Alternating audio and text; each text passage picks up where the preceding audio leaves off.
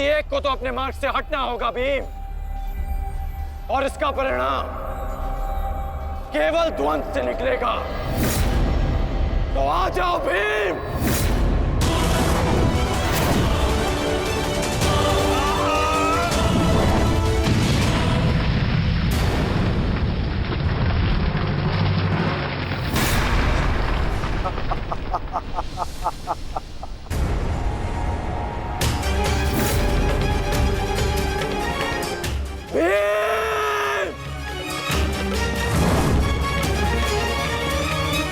मैं वचन देता हूं कि अर्जुन के अतिरिक्त आपके किसी पुत्र का वध नहीं करूंगा मैं।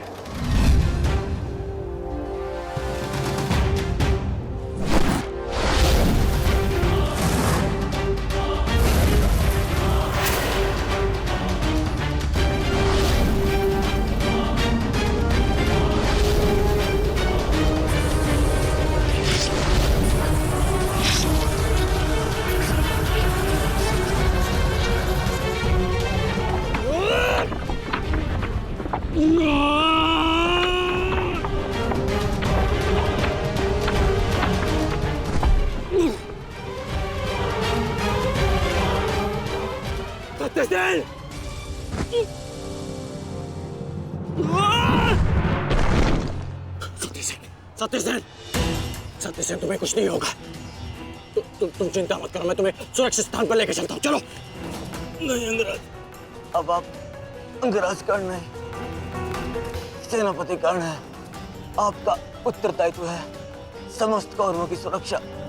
मैं तो एक साधारण सा सारथी हूँ। मेरी रक्षा के लिए समस्त कौरवों के प्राण संकट में न डालिए। युवराज दुर्योधन के पास जाइए, अर्जुन उसी ओर गए हैं।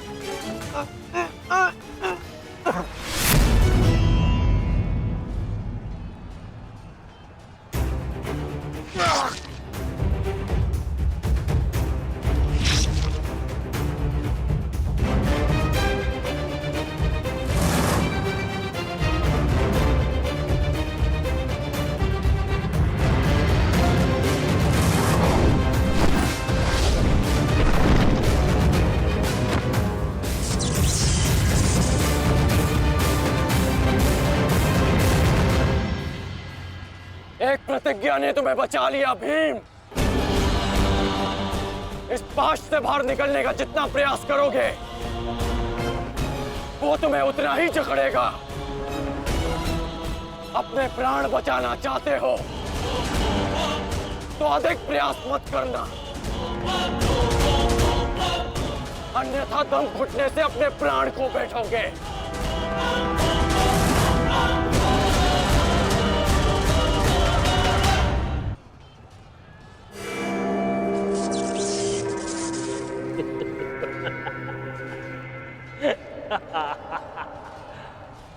वाह विक्रोधर, वाह क्या दृश्य। मुझे उस सभा का स्मरण हो गया जब मैं पांचाली को घसीट कर लाया था। दुशासन! क्रोध आ गया भीम, क्रोध। क्षमा करना भीम, क्षमा करना कि तुम्हारी भाभी को नहीं, तुम्हारी अर्धांगिनी को। इस समय तुम्हारी अर्धांगिनी है या भाभी? एक एक माह बांट कर रखा है या फिर एक एक वर्ष? ठीक कहा था राज, उचित कहा था। वैश्य, वैश्य।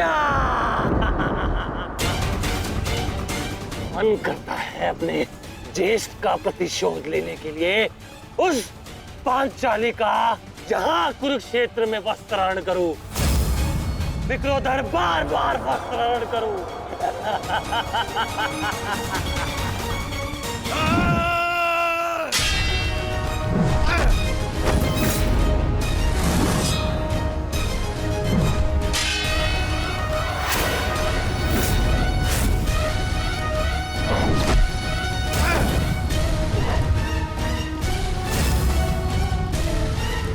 अपने अनुजों की मृत्यु का प्रतिकार लूंगा मैं। दुष्यंत!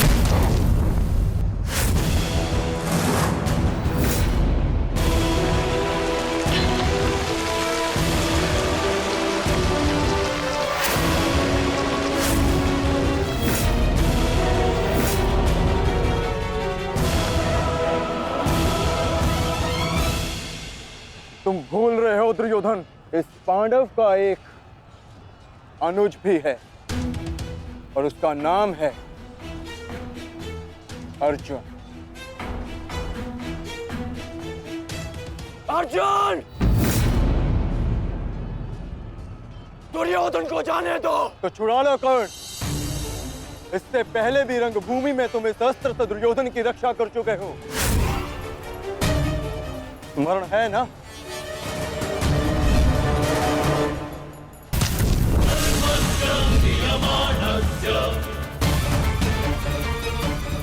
किंतु आज इसकी रक्षा कोई नहीं कर पाएगा और तुम्हारे बाणों को मैं इसकी रक्षा करने नहीं दूंगा।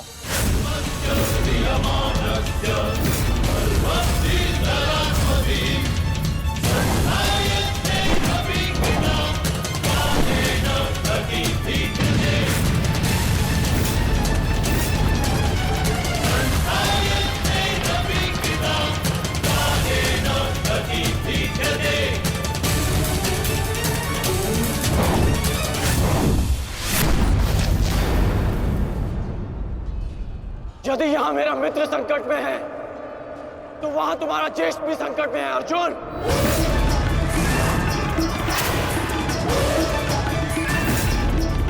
अब निर्णय तुम्हारा है। अपने ज्येष्ठ के प्राण बचाओ या उसके दम घुटने की प्रतीक्षा करो। क्या करोगे अर्जुन? सेनापति का मेरी रक्षा करो।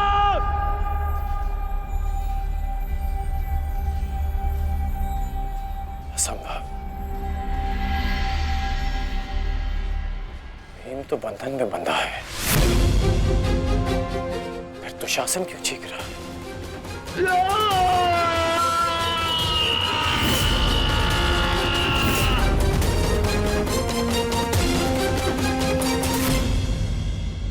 मेरा मित्र संकट में है तो वहां तुम्हारा ज्येष्ठ भी संकट में है अर्जुन।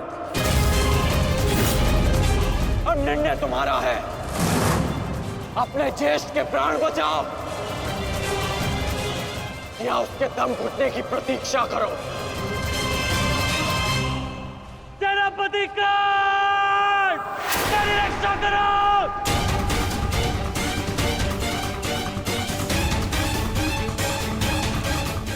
असंभव।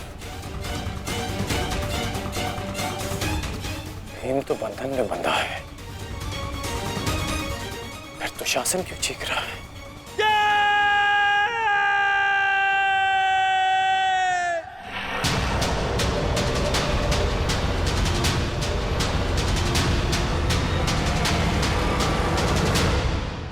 तुम ये सोच रहे हो ना कर्ण कि विकोदर भीम तुम्हारी पाश से कैसे निकल गए? कदाचित तुम भूल रहे हो कि विकोदर भीम पवन पुत्र है और पवन को कौन रोक सकता है?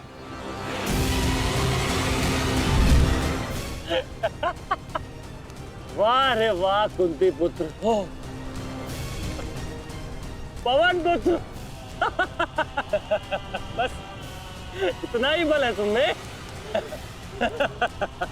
बुलाओ बुलाओ अपने भाइयों को या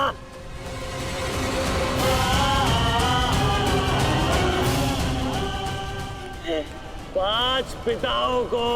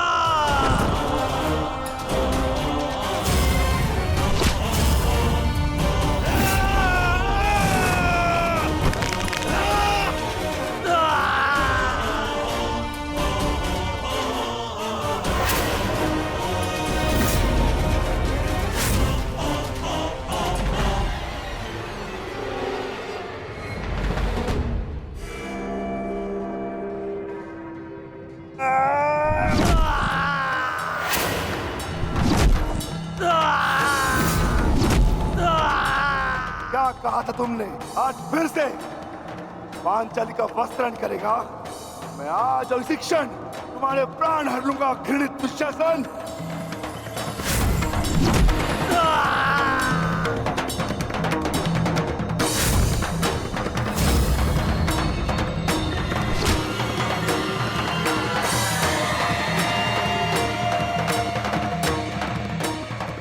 इसी भांति तुम पांचाली के केश पकड़कर युद्ध सभा में लाए थे ना।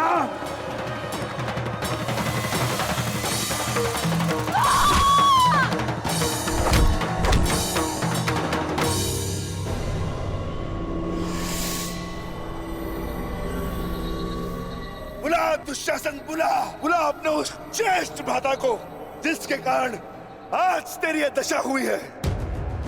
बुला अपने 98 भाइयों को जो तेरे कारण और तेरे ज्येष्ठ के कारण धरती और नरक के मार्ग में फंसे हैं। बुला दुशासन, बुला, आज तो तू बुला। तुझको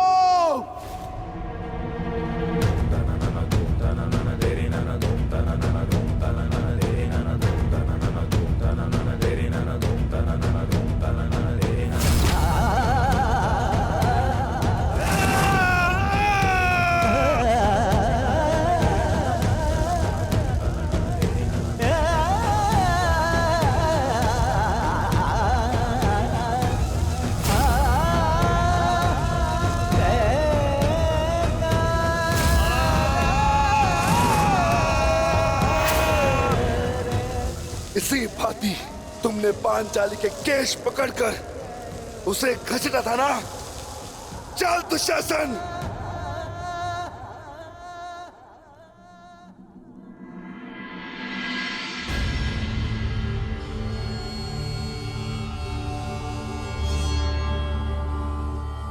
प्रणिपात माता,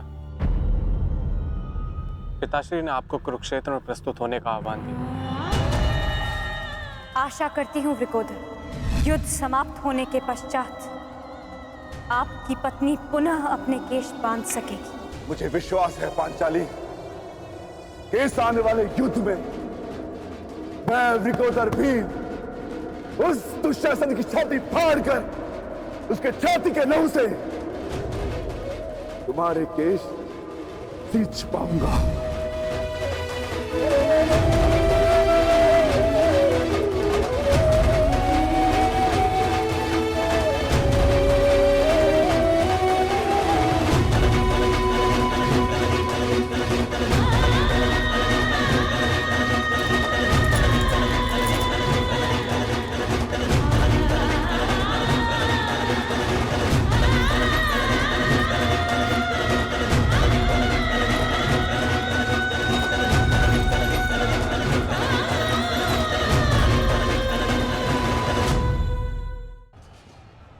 भ्राता भीम की पुकार का अर्थ तो समझ रहे हो ना दुर्योधन। आज तुम्हारा 99वां अनुज भी जीवित नहीं बचेगा। जिस प्रकार उस युद्ध सभा में हम कुछ ना करने के लिए विवश थे, आज उसी प्रकार तुम अपने अनुज की रक्षा ना करने के लिए विवश हो। विवशता क्या होती है, उसका भान आज होगा तुम्हें।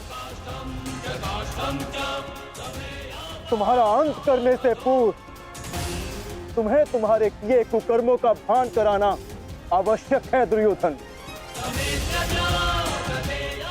हम तो उस दिन विवश थे, किंतु मैं तुम्हें एक अवसर देता हूं। सूर्य अस्त होने में अभी 2 घड़ी शेष हैं और तुम्हारे अनुज के पास भी।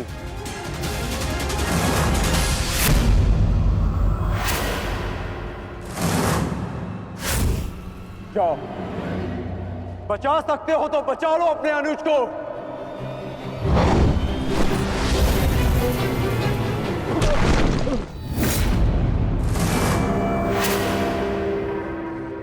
जाओ दुर्योधन, दौड़ाओ अपना रथ और बचा लो दुशासन के प्राण। कर चलो।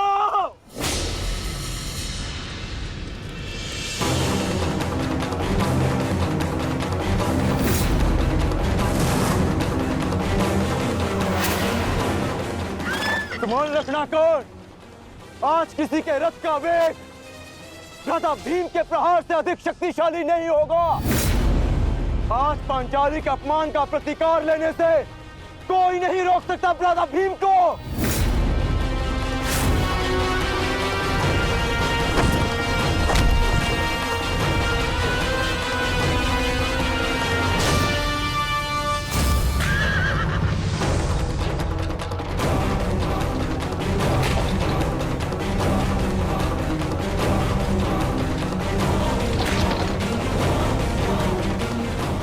शीघ्रता करो मित्र।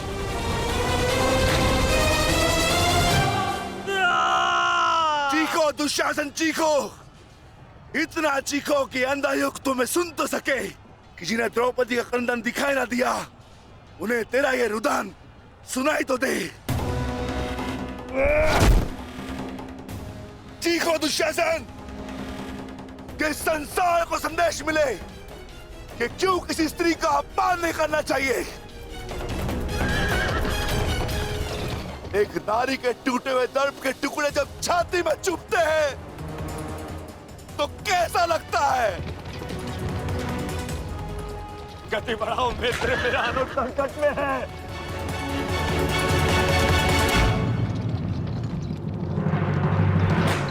इस बाएं हाथ से तुमने द्रौपदी के केश पकड़े थे ना, स्मरण है ना नीच?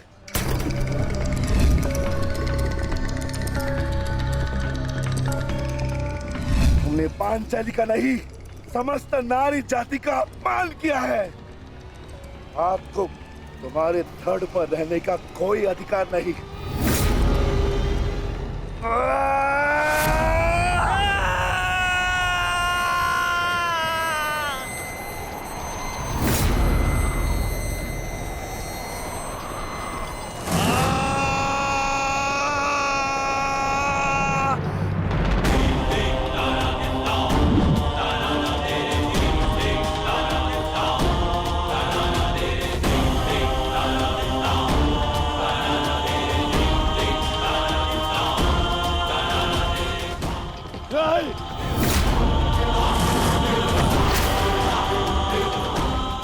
इसी दाएं हाथ से तुमने द्रौपदी का चीर पकड़कर खींचा था ना?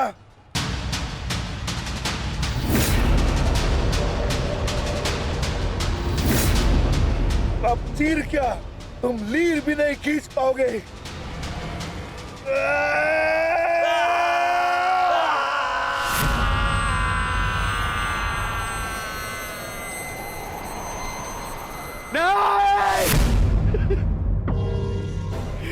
बस करो संजय, बस करो, मुझे कुछ और नहीं सुनना। दुशासन!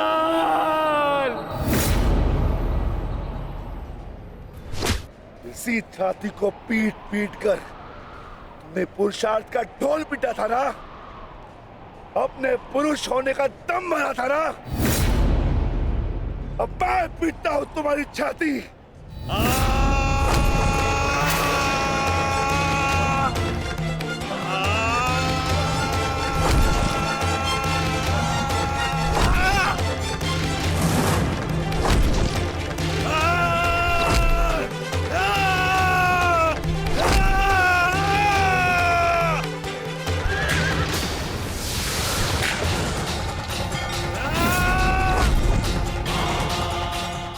दुशासन, तुमने क्या कहा था पांचाली को? बोल, तुमने क्या कहा था पांचाली को? वैश्या! बोल दुशासन, फिर से बोल।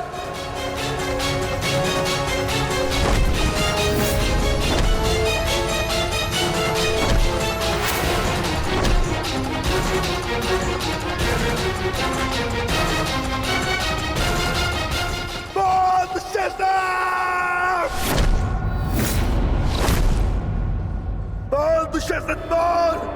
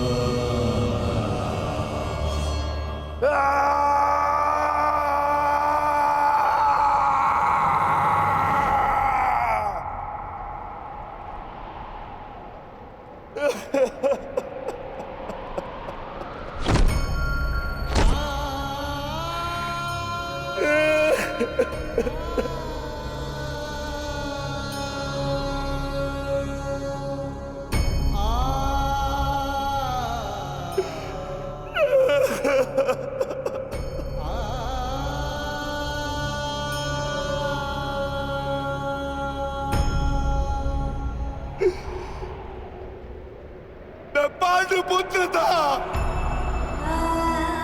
मैं देवपुत्र था। तुमने मुझे क्या बना दिया दुशासन?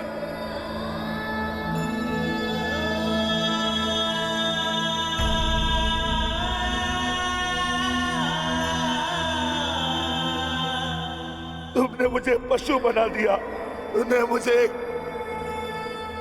एक राक्षस बना दिया।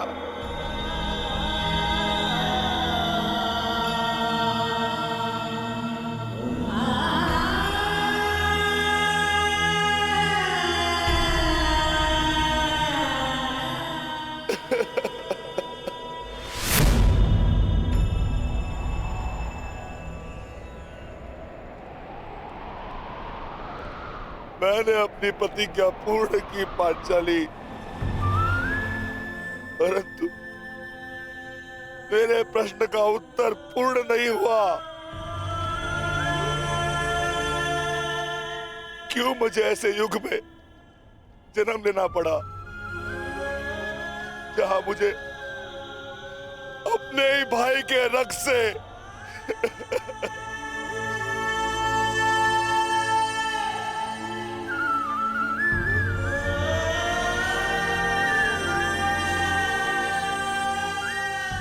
ऐसा क्यों हुआ पांचाली? ऐसा क्यों हुआ?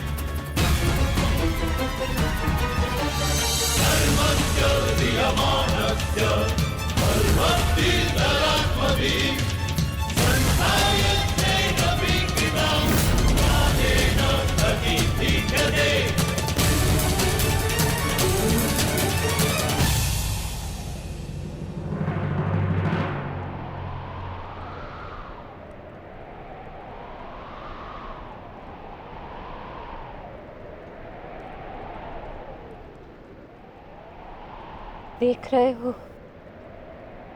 युवराज दुर्योधन,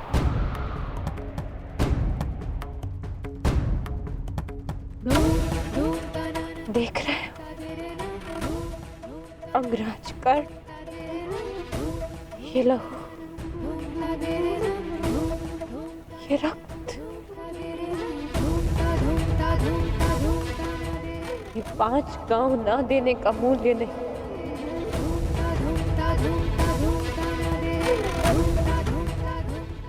ये पंचभूत से बनी सृष्टि के सबसे बड़े सृजन, स्त्री के अपमान, उसे यातना देने का मूल्य।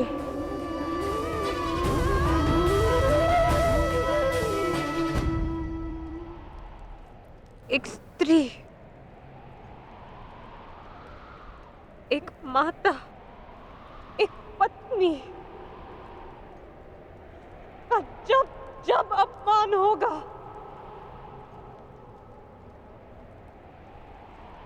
तब तब ऐसा दृश्य दोहराया जाएगा।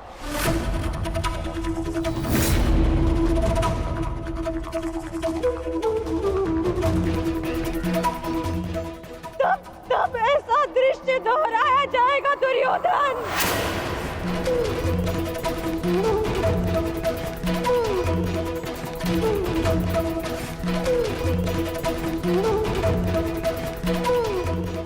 एक स्त्री को अश्रुओं से स्नान कराने का मूल्य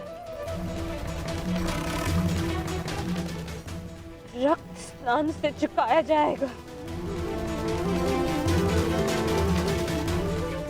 आज मेरी पीड़ा कम नहीं हुई है, और बढ़ गई है।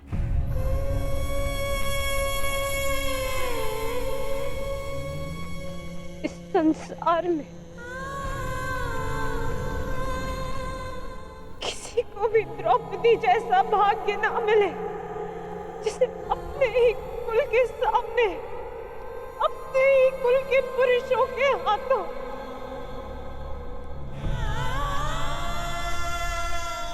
अपमान सहना पड़ा और अपने ही कुल के वंशजों के रक्त से स्नान करना पड़ा।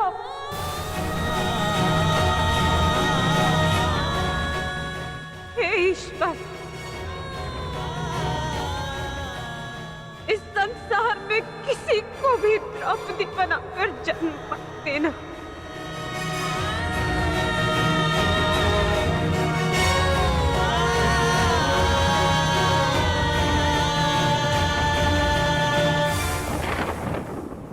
आपके लिए अपने प्राण देकर प्रसन्नता होगी मुझे, क्योंकि मेरे माता पिता ने आज तक मेरा मुख नहीं देखा, और मेरे लिए आप ही मेरे पिता और आप ही मेरी माता हैं। मेरा भाई, मेरा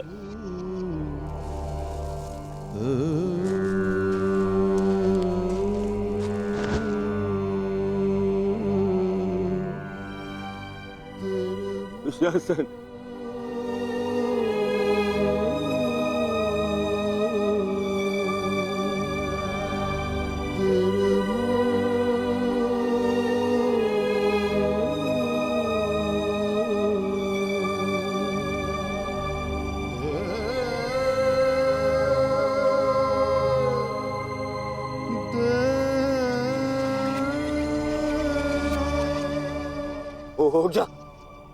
उठ जा, देख, युद्ध समाप्त हो गया है।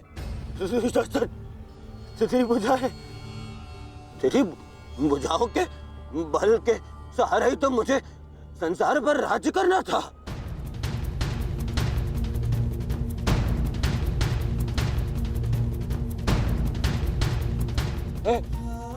दुशासन, मेरा अनुज नहीं, तेरी आंखें का तू अनुज, मुझे यूं अंधकार में छोड़कर मत जान। अनुज, मैं हमारे पिता के भांति अंधा हो जाऊंगा, अंधा हो जाऊंगा। चलो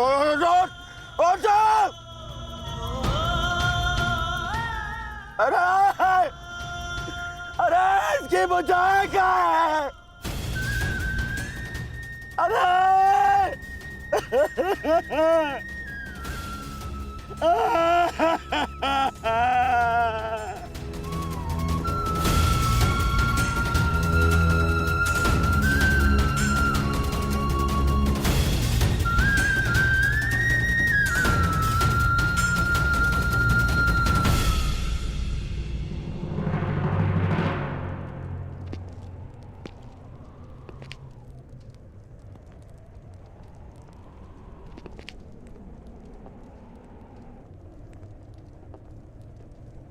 कदाचित तुमने अपने अनुज दुशासन की भुजाओं के बल से ये संसार जीतना चाहा होता दुर्योधन। नारायणं नमस्कृत्य नरं चैव तो आज सारा संसार तुम्हारा दास होता, किंतु नहीं, तुमने इसकी भुजाओं के बल से एक स्त्री का वस्त्र हरण करना चाहा दुर्योधन। कदाचित तुमने इसकी दुर्जयता के बल से तीनों लोकों पर शासन करना चाहा होता दुर्योधन, तो आज तुम्हें वो भी मिल जाता। परंतु नहीं, तुमने ऐसा नहीं किया दुर्योधन। तुमने अपने अनुज दुशासन के मन में कुटिलता और कुचक्र का षड्यंत्र रच दिया। कदाचित तुमने अपने नेत्रों को उचित मार्ग दिखाया होता दुर्योधन, परंतु तुमने अपनी उन आंखों से महाविनाश का स्वप्न देखा।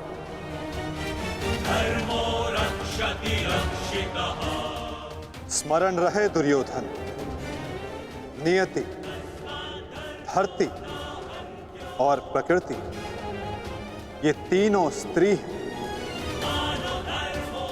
और जब जब स्त्री का अपमान होगा, नियति पुरुष के विरुद्ध होगी। धरती उस अपमान का भार नहीं सहेगी और प्रकृति उसे नष्ट कर देगी।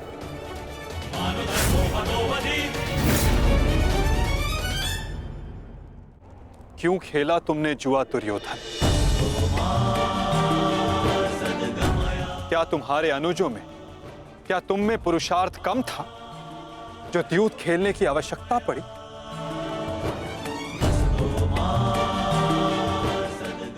इसी द्यूत के कारण एक स्त्री पहले अपने ही अश्रों में नहाती है और अब अपनों के ही रक्त से।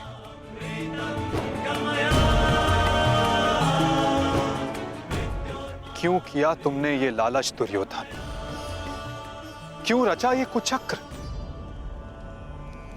इसी द्यूत, इसी कुचक्र, इसी लालच के कारण रचता है ये युद्ध, ये महाविनाश, ये महाभारत।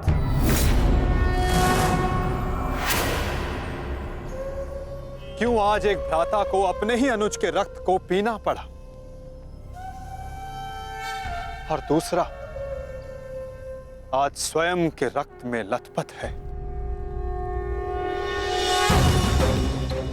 स्मरण रहे, जो हाथ स्त्री की लाज, उसके मान के रक्षण के लिए, यदि वो हाथ स्त्री की लाज उतारने का दुस्साहस करेंगे, उसका मान भंग करने का दुस्साहस करेंगे, तो उन हाथों को धड़ से अलग कर दिया जाएगा।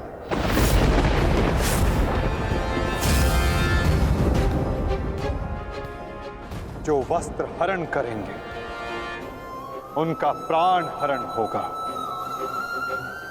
जब जब किसी की आंखें अनुचित होता देखना स्वीकार करेंगी, तब तब उन आंखों को बंद होना होगा।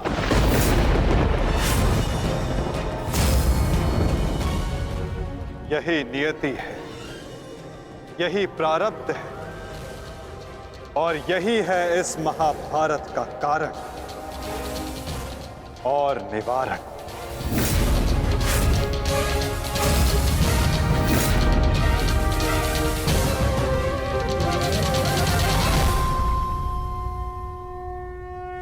हरण करेंगे, उनका प्राण हरण होगा।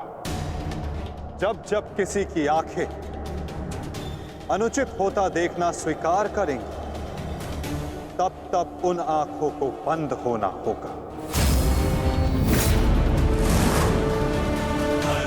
यही नियति है, यही प्रारब्ध है, और यही है इस महाभारत का कारण और निवारण।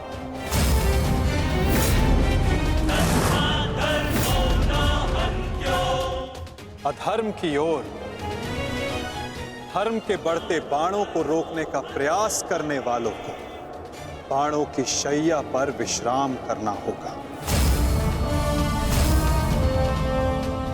जो अधर्म की आज्ञा पर शीश झुकाएंगे, उन्हें स्वयं का शीश कटाना होगा।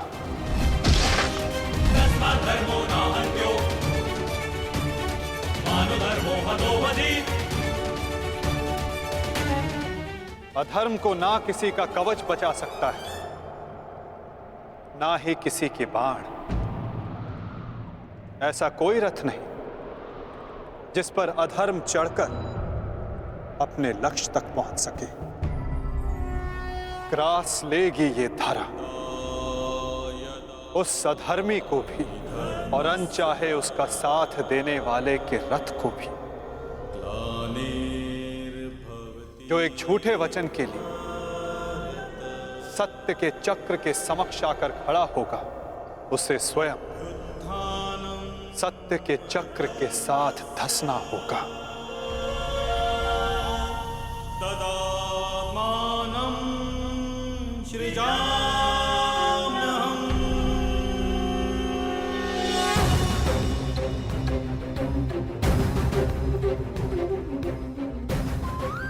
ये तुम्हारे अपमान का नहीं, समस्त स्त्री जाति के अपमान का प्रतिकार है पांचाली।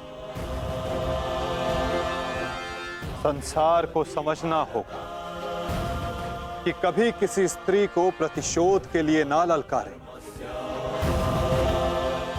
क्योंकि प्रतिशोध पाकर मन की अग्नि शांत नहीं होती, अपितु और धधकती है। यही है इस महाभारत का संदेश और नियति का उपदेश।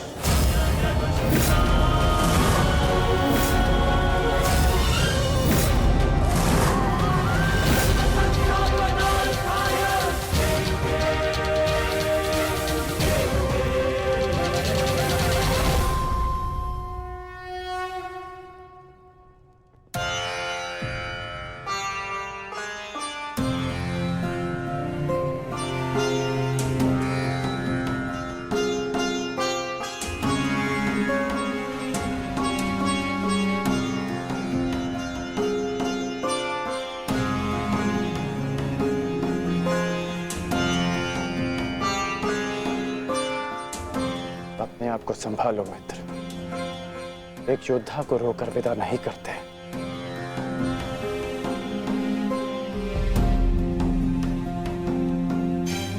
हम तो शासन का बलिदान जो व्यर्थ नहीं जाने देंगे।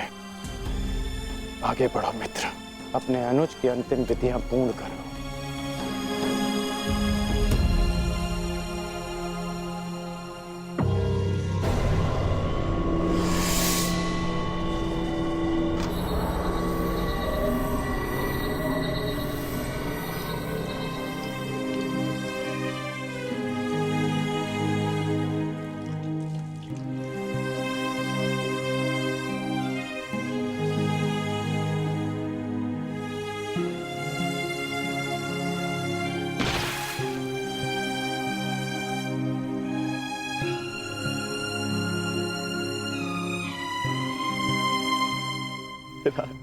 अच्छा, प्रेहि प्रेहि पतिभि पूर्वैर्भिर्यत्रा ना पूर्वे पितरपर्युः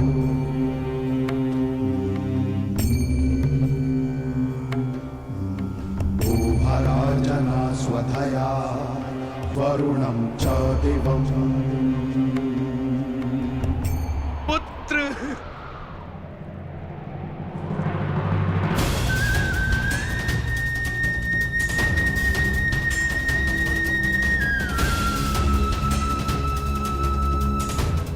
क्यों?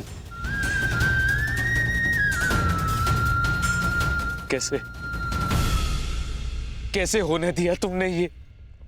तुम्हारा अनुज तुम्हारा उत्तरदायित्व था, उसकी रक्षा कैसे ना कर पाए तुम? मैं नेत्रहीन हूं पुत्र, परंतु ऐसा प्रतीत होता है जैसे किसी ने मेरा एक नेत्र छीन लिया है।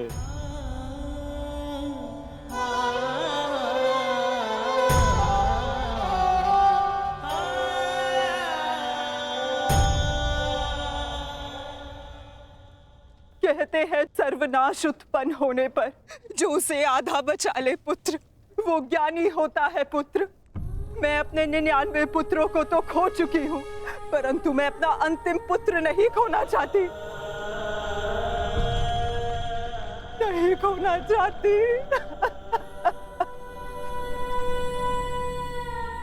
बंद कर दो ये महाविनाश दुर्योधन, और लौट चलो। किसी को तो रहने दो जो हमारा पिंड दान कर सके।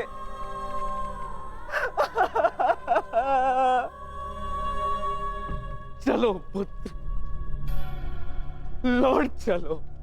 नहीं, अब इस युद्ध को रोका नहीं जा सकता। मैं इस युद्ध के ऐसे पड़ाव पर पहुंच चुका हूं जहां से पीछे लौटना संभव नहीं। ये दलदल या तो मुझे निगल जाएगा और या मैं इसे समाप्त कर दूंगा। अब या तो उन पांडवों का अंत होगा और या तो मेरा। नहीं। उससे पूर्व कदाचित ये युद्ध नहीं रोक सकता। अब ये युद्ध ना मुझे राज्य के लिए लड़ना है और ना ही सम्राट बनने के लिए। ये युद्ध करना है प्रतिकार के लिए। जिन पांडवों ने मेरे 99 भ्राताओं का वध किया, उनके वंश का समूल नाश करूंगा मैं।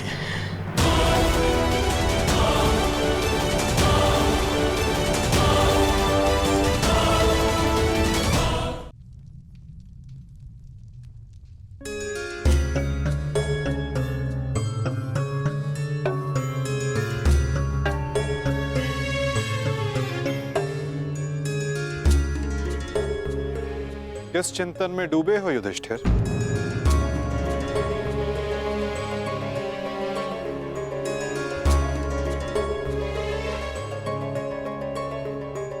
प्रणिपात वासुदेव।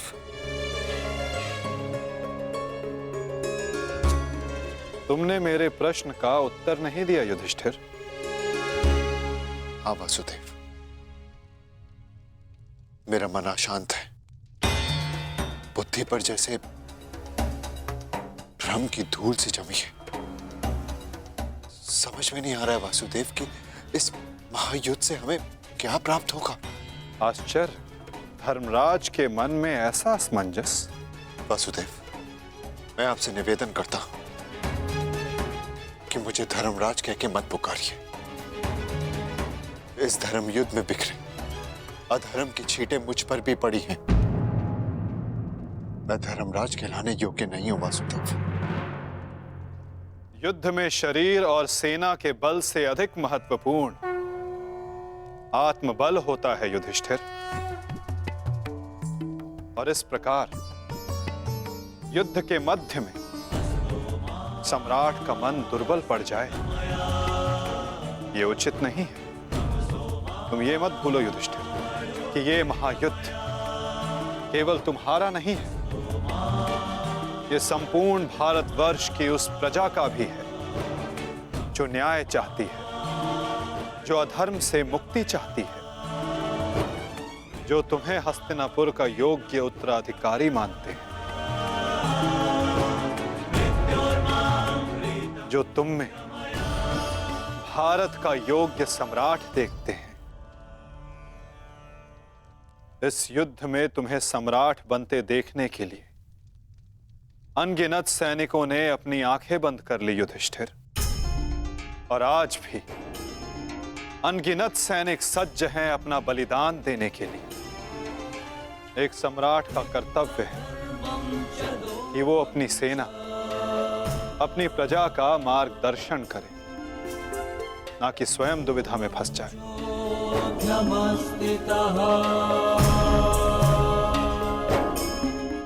किंतु प्रश्न ये है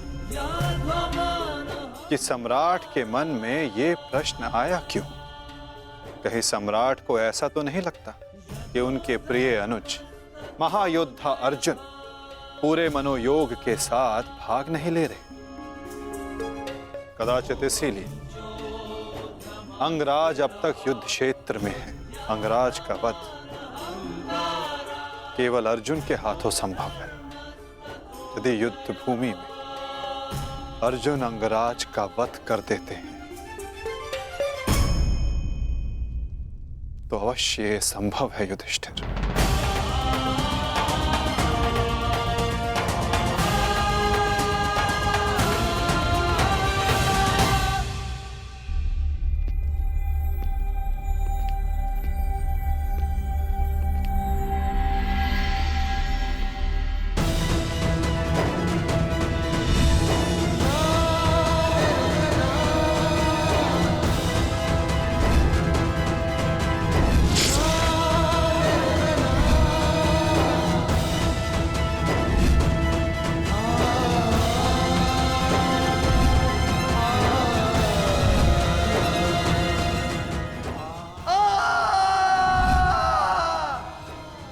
जीवन भर परिवर्तन के लिए संघर्ष किया, क्योंकि जब भी मैंने ऐसा किया तो मैंने लोगों की आंखों में आशा की किरण देखी।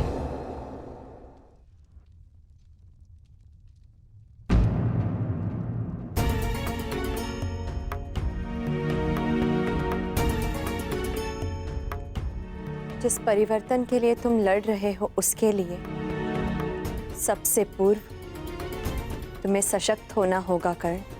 कुछ समझ नहीं पा रहा हूं वृषाली। लगभग अपने सारे प्रिय खो चुका हूं। हमारी अगली पीढ़ी जिसके लिए मैंने परिवर्तन का स्वप्न देखा था वो तो बची ही नहीं। फिर इस परिवर्तन का क्या लाभ?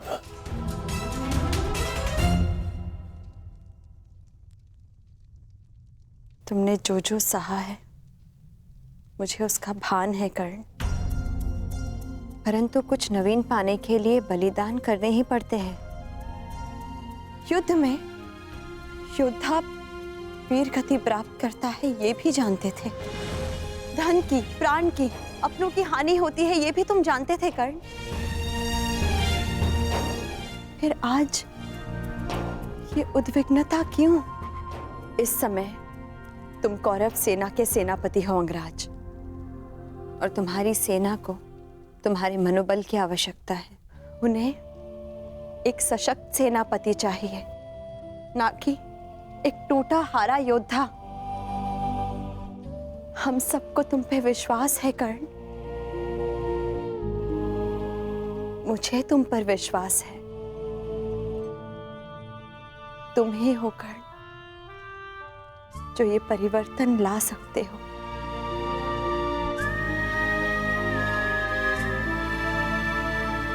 मैंने तुम्हें कितने कष्ट दिए हैं, फिर भी सदा तुमने मेरा साथ दिया, मुझे साहस दिया।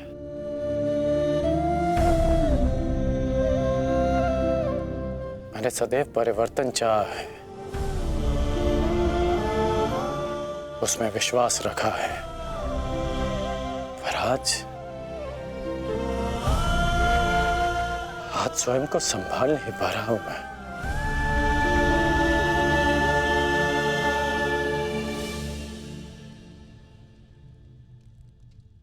स्वयं को संभालो सरसेनापति,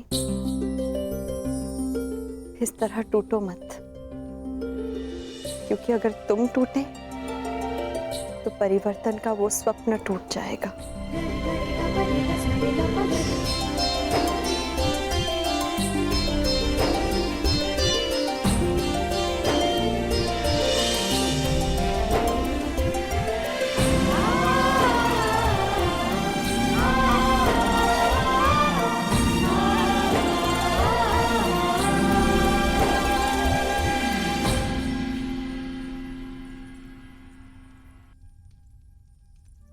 जी एकांत। जी मैं कुछ मत कहो कुंती, समय ने मुझे उस मोड़ पर लाकर खड़ा कर दिया है जिस मोड़ पर ना तो मेरे पास कुछ कहने के लिए है और ना ही सुनने के लिए। तुम्हें स्मरण है तुम्हें वो समय कुंती जब हमारे हस्तिनापुर में हर्ष, खुशी, उल्लास और आनंद होता था। मुझे दंभ होता था कि मेरे कक्ष में 100 और तुम्हारे कक्ष में 5 दीपक हैं, परंतु आज मेरा ये कक्ष अंधकार में डूब गया है।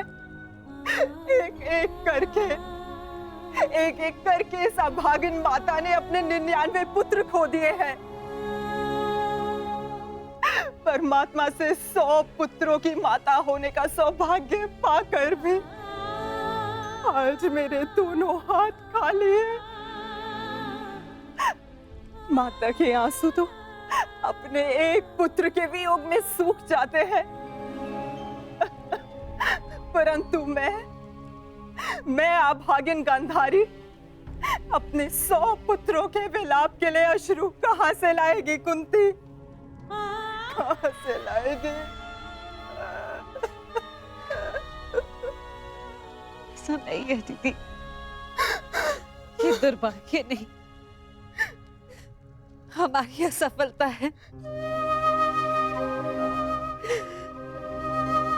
दीपक का दर में जलना ये तो संभालने वाले के हाथ में है कि वो उस दीपक से प्रकाश करवाता है या अपने घर को सुहा कर लेता है या अपने संतान पर अपना नियंत्रण खोने के कारण ये युद्ध हुआ है, जिसका परिणाम हम माताएं भुगत रही हैं। जो पीड़ा आपकी है जीजी, वही पीड़ा मेरी भी है। आज हम जिस परिस्थिति में हैं, मैं भी स्वयं उसी परिस्थिति में बंधी हूँ।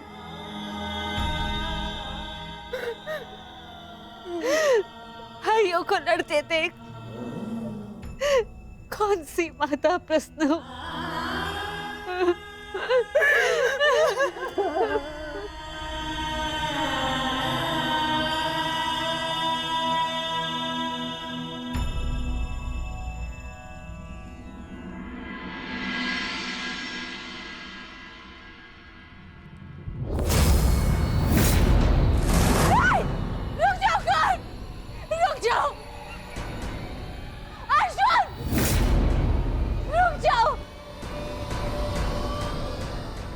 जोड़ती हूँ, दोनों रुक जाओ।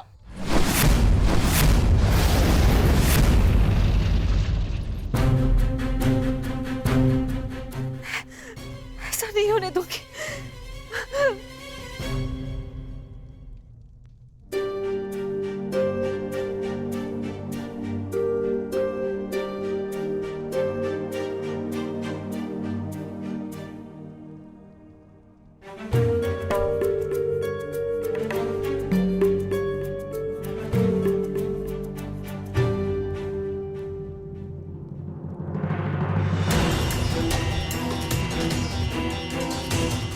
राजमाता,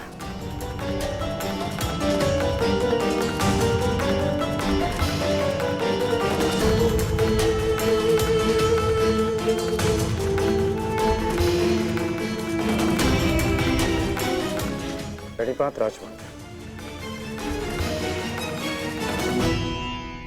ऐसा क्या हो गया कि आपको इस समय यहाँ आना पड़ा? कुछ शुभ शब्दों ने मेरे मन को व्याकुल कर दिया है। मैं समझ सकता हूँ। जिस माता के सारे पुत्र युद्ध पर हों,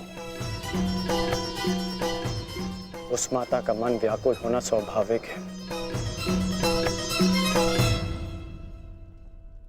बात ये नहीं है, मैंने दुस्वप्न देखा है। कैसा दुस्वप्न? तुम बांध छड़ा आगे जा रहे हो, अर्जुन भी सजा है, पर दोनों ने बांध संधान कर दिया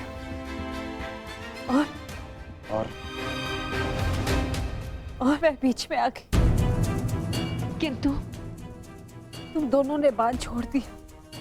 फिर क्या हुआ? फिर मेरा सपना टूट गया। जो स्वप्न आपने पूरा देखा ही नहीं, उसके लिए आप व्यथित क्यों हो रही हैं? मैं व्यथित हूं